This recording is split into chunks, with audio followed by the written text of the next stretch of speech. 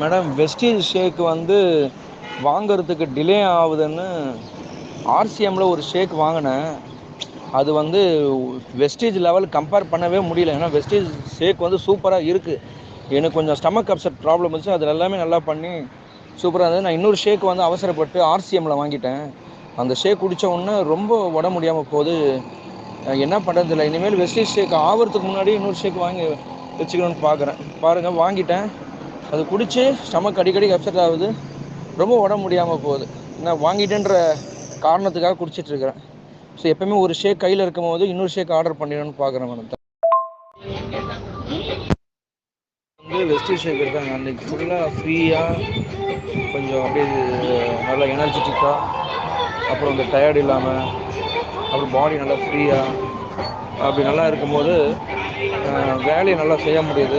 எவ்வளோ நான் தூரம் வேணாலும் ட்ராவல் பண்ண முடியும். இப்போ இன்றைக்கி பாருங்கள், நான் திருநூறு வரைக்கும் போகிறேன். ஸோ அந்த மாதிரி நல்லா ஃப்ரீயாக இருக்குது.